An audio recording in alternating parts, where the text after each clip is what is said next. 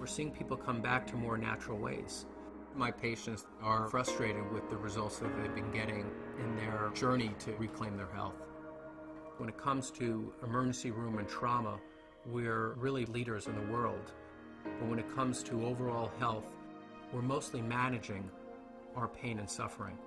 There are definite medications, but they're not turning the condition around. They're allowing you to live as long as you can without that much pain and suffering. So people are forced to look for other ways to manage their health concerns. They're asking the question, is it possible for me to turn the clock back and go to the point in my life where I wasn't sick? Could be 5 years ago or 10 years ago, at that point where their bodies hadn't broken down yet.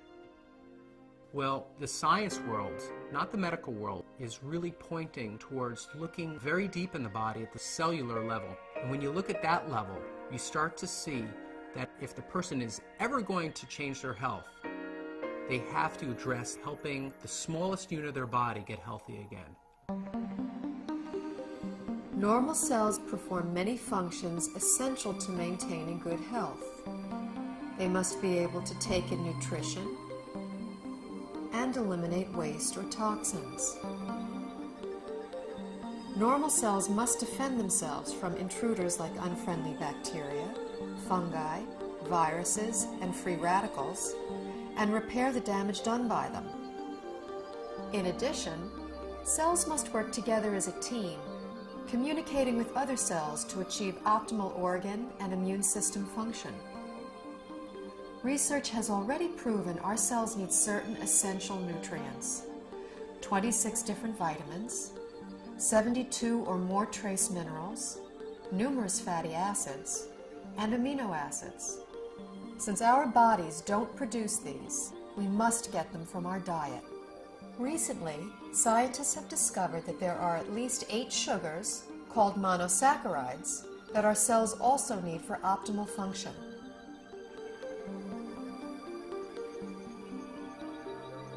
Inside cells, these sugars combine with protein strands and form complex structures called glycoforms. The exterior of a healthy cell is covered with a dense forest of these glycoforms.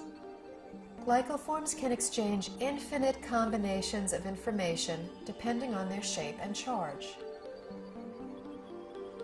Glycoforms are present on the surface of all cells and actually prevent viruses, bacteria, and other enemy cells from entering a healthy cell by blocking the entrance to the cell's surface. Glycoforms can hold on to an enemy cell until an immune system cell can arrive to destroy it. Healthy immune system cells can also accurately identify normal cells and not interfere with their function. Cells covered with glycoforms enable clear and accurate cell-to-cell and system-to-system communication, creating an information superhighway within the body. Glycoforms play a vital role in every human physiological process: immune system response, tissue regeneration, cell replication, growth, and structural stability. They are even responsible for the attraction of sperm cells to an egg cell surface to foster fertilization. When a cell does not receive the nutrition it needs, it cannot produce energy, and it really loses its function. Healthy cells don't function optimally without glyconutrients. That's all there is to it. We now know how important these 8 sugars are to human health. The problem is, only 2, glucose and galactose, are readily available in our modern diets. A fraction of these other 6 sugars can be gotten through diet, but modern agricultural methods, food processing, widespread use of toxic pesticides and chemical fertilizers have all but eliminated them from our food supply. It's only really been since a little before World War II that what we now call conventional methods, that's fertilizer and pesticides, even came into being. What was conventional farming for thousands of years, we're calling alternative farming and organic farming, and what we're calling conventional is actually a new experiment. The connection of healthy soil to healthy plants and to healthy people cannot be underestimated. Most farmers don't use organic fertilizer because of the economics. The government farm programs reward the use of conventional fertilizers. And then also many farmers grow for big agribusiness companies. When you're dealing in mega farms, the ideal crop is to pick the entire crop one day, get the pickers out of the field, get the money out, plow it down and put another crop in. That's like the perfect scenario. Crops are selected for uniform maturity and the ability to harvest quicker than they should. And that makes a huge difference in the protein content and the nutrient content. Optimally, you want the fruits and vegetables to stay on the vine or on the tree or on the plant for as long as possible, because in those last few days before ripening is when the essential sugars are brought to the fruit or vegetable. Everything that is not picked at its peak, everything that is shipped any length of time begins to lose its nutritional value. The nutrients actually start to oxidize. And once a vegetable turns a little brown or it's rusting, then it's going to cause free radical damage in your body. In addition, if something comes from a very long distance, it can have bacteria on it that your body is unfamiliar with. Generally speaking, the organic produce is much healthier, has a higher nutrient rate than the commercially grown vegetable.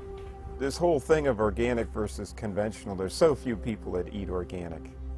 95% of the fruits and vegetables that are grown are conventional, which means that only a few people are eating organic foods. What I have my patients do is eat as many fruits and vegetables as you can, wash them, and assume that you're getting about a third of their phytonutrient value. I compared nutritional content of food from 1982 with what statistics are for 1999. I was amazed at the nutrient decline in many fruits and vegetables. Overall, it was an average 25% decline in nutrition across the board. That is staggering. It's shocking. If we are losing 25% of our nutritional content in 20 years, what are we going to have in 20 years from now and 20 years down the road? Pretty soon we're going to be eating water and a little fiber, and that's going to be it. The body, to an extent, can make glyconutrients. That's the job of the liver. However, that is an emergency mechanism. When we're making our own glyconutrients, it's basically a state of starvation. If you don't have enough of the right type of sugars, you have faulty processing. With the faulty processing, things can go wrong. Without vital sugars and a variety of other micronutrients, cells cannot create glycoforms. The result is a breakdown in cellular communication and immune system response. Depleted cells are unable to defend themselves effectively, so cell structures can be damaged and are not effective in healing and regenerating. In this weakened state, cells cannot communicate effectively, compromising the body's ability to identify problems.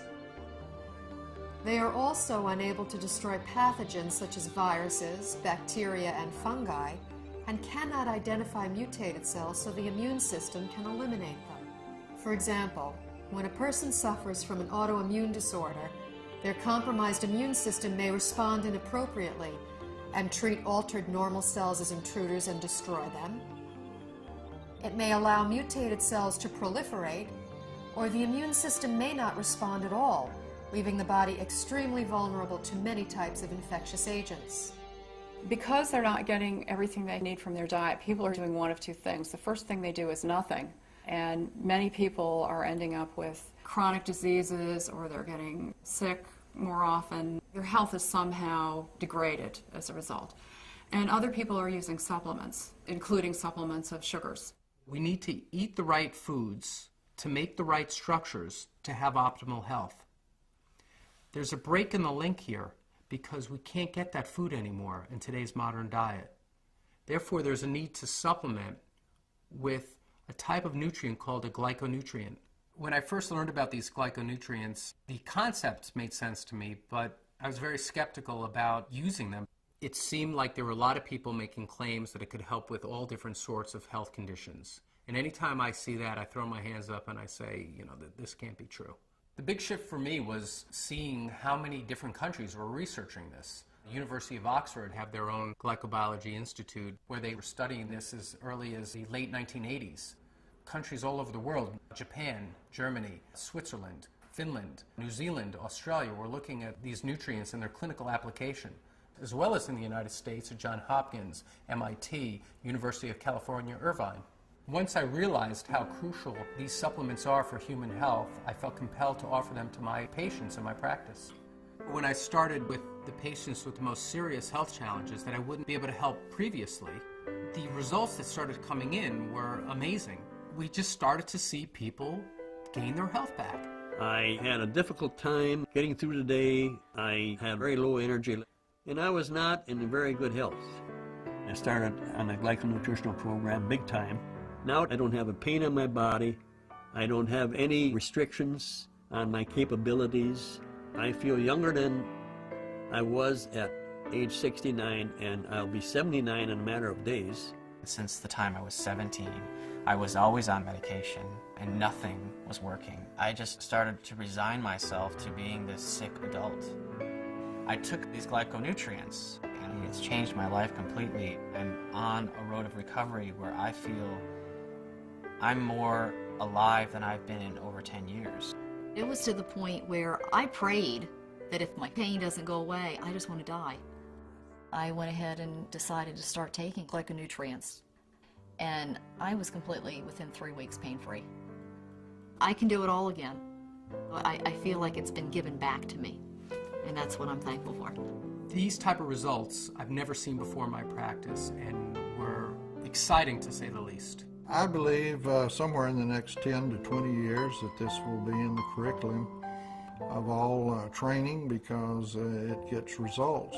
I, as a physician, am real excited about that, and I think that physicians in general should be fascinated from a scientific standpoint. After seeing so many dramatic results with the people that I've recommended this to, my approach to healthcare has changed fundamentally. I hope to see a paradigm shift in treatment in the future, where you have a truly integrative approach between traditional medical care and nutritional support. And this would ultimately give people not only a longer life, but a better quality of life.